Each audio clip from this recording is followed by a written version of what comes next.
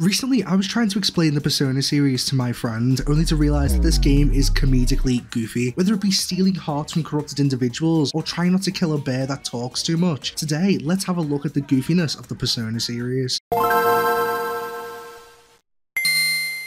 Persona 3 follows the typical Persona layout, with you being a high schooler by day and demon killing machine by night. In this game, you shoot yourself. No, literally, to summon your persona, you shoot yourself in the head. The story goes through highs and lows of you being an edgy early 2000s teenager and battling eldritch horrors in a tower during the 3 AM dark hour. Whereas the game does focus on mortality, the value of life, and the bond shared between friends, the game is very JRPG, with some of the characters taking their edgy emo role too seriously. Furthermore, the implementation of a robot girl trying to understand love and a dog, I have nothing to say about him. He's a good boy, he's tried his hardest. Persona 3 also features Igor. This guy is the most powerful person in the entire series, and yet he looks like a guy to throw a steaming honey bun at. Overall, Persona 3 is one of the edgy games in the series, taking itself too seriously at times, but being overall silly. Set in the quiet town of Inaba, Persona 4 takes a much more humour aspect in its mystery. The gameplay of Persona 4 is slice of life-esque, revolving around building up friendships as well as combat. The combat system in Persona 4 introduces team attacks which,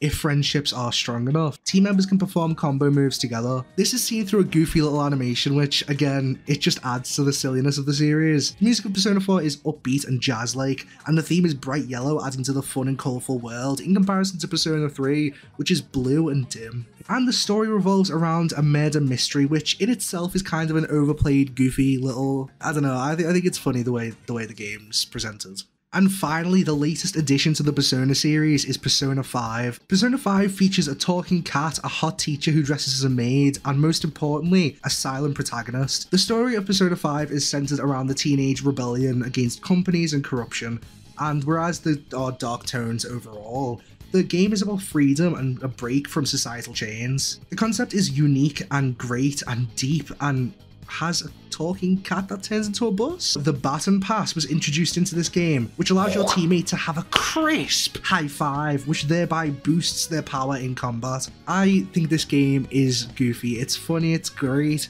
The characters in this game aren't as likable as Persona 3 and 4, this guy, but overall it's a really good game. The Persona series as a whole has always been on the line between serious and silly, and the commitment to creating a deep narrative is discarded at moments with talking bears, talking cats, and talking robots. However, the series is one of my personal favourites, and despite the story being sometimes goofy, it is overall captivating and it has an amazing score, and most of the characters are likable. With that being said, my name is Ben, and please don't take home the talking cat.